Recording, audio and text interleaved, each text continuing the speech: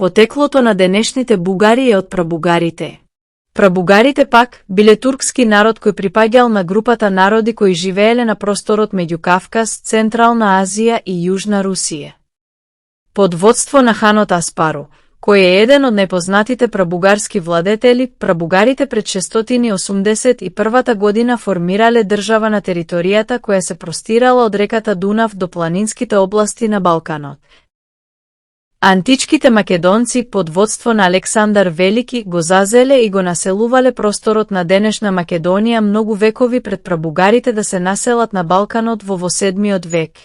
После падот на Македонската империја, овој регион продолжил да биде населуван од различни народи, вклучувајќи и словенски племиња кои го населиле Балканот во тоа време.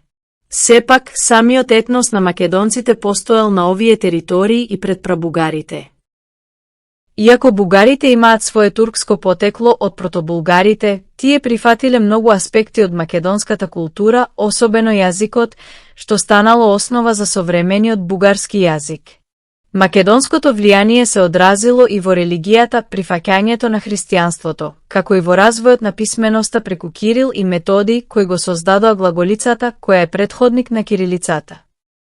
За секој ќе биде смешно прашањето: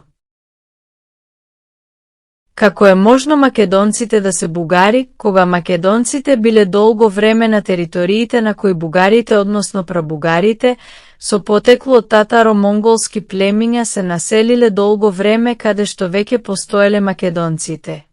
И не само тоа, туку од македонците го адаптирале јазикот, религијата, писменоста и така натам.